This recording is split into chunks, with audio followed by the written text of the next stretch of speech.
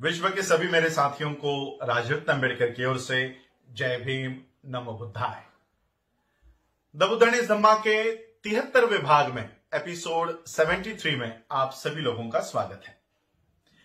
पिछले कुछ दिनों में 1-1.5 हफ्ते से मैं बुद्धानी धम्मा के इन एपिसोड्स को शूट नहीं कर पा रहा था, तो आज से हम फिर से जहां पर हम लोगों ने द बुद्धानी धम्मा के अध्ययन का आखिरी पार्ट जहां पर हम लोगों ने खत्म किया था, वहीं से आज से हम ये भाग को शुरुआत कर रहे हैं। हम लोगों ने द बुद्धानी धम्मा के बुक 4 का अध्ययन शुरू कर दिया था। पार्ट 1 हम लोगों ने खत्म कर दिया था।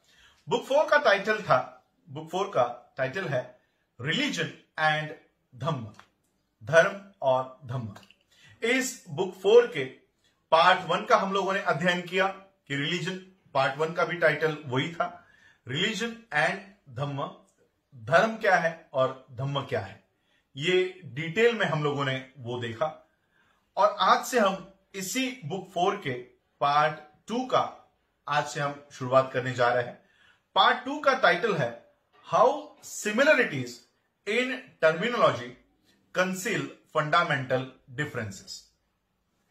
शब्दों की समानता किस तरह से मौलिक भिन्नताओं को छुपाता है। ये पार्ट 2 4 सेक्शंस में बटा हुआ है। पहला सेक्शन इसका है रीबर्थ, पुनर्जन्म, और इस रीबर्थ पुनर्जन्म का सेक्शन 3 चैप्टर्स में बटा हुआ है। तो आज से हम हाउ सिमिलरिटीज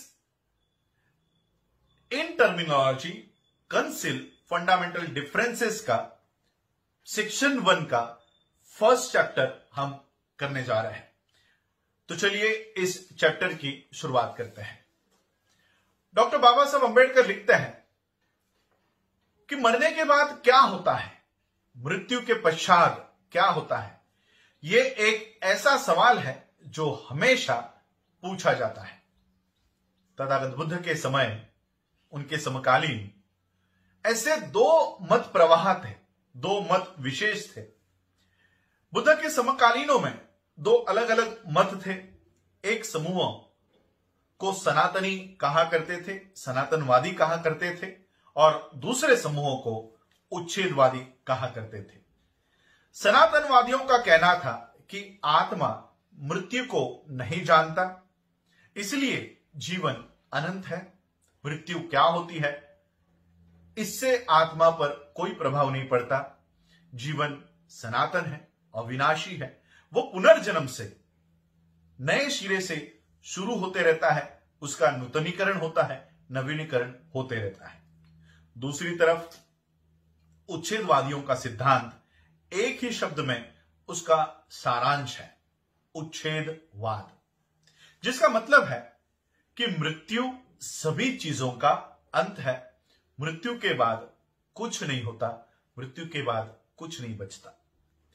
तथागत बुद्ध ये सनातनवादी नहीं थे, क्योंकि सनातनवादी होने के लिए इस बात पर विश्वास होना जरूरी था कि आत्मा नाम की कोई चीज भी होती है या आत्मा का अस्तित्व होता है, जिसका तथागत बुद्ध विरोध किया करते थे।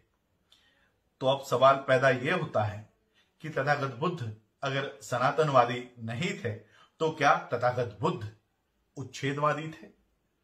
क्या तथागत बुद्ध ये आत्मा के अस्तित्व पर विश्वास नहीं करते थे? तो सहज रूप से, स्वाभाविक रूप से ये अपेक्षा की जाती है, तो तथागत बुद्ध ये उच्छेदवादी मतों का समर्थन किया करते होंगे या उच्छेदवादी होंगे। लेकिन अलगद धूपपम्म सुत्त में तथागत बुद्ध ये शिकायत करते हैं कि उन्हें उच्छेदवादी, विनाशवादी कहा जाता है, जो सच नहीं है।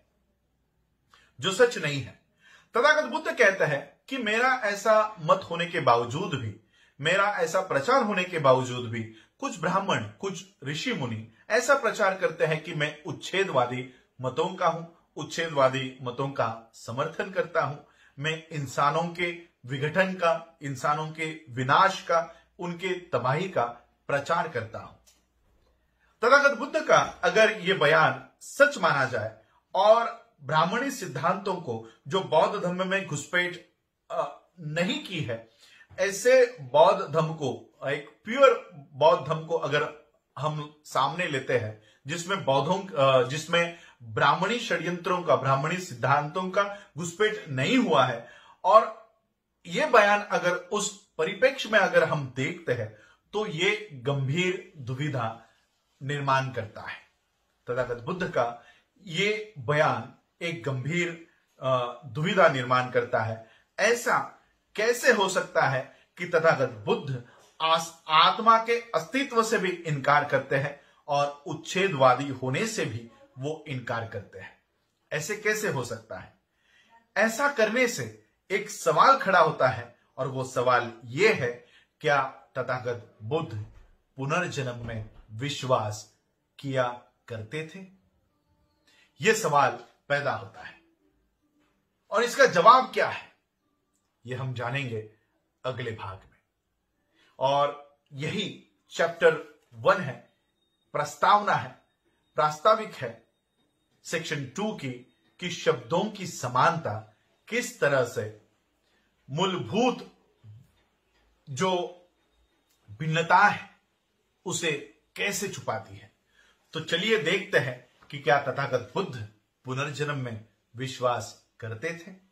क्या है पुनर्जन्म, देखेंगे अगले एपिसोड में। आज आप लोगों ने मुझे सुना, उसके लिए आप सभी लोगों का आभार, धन्यवाद। जय भीम, जय भारत, जय बुद्ध।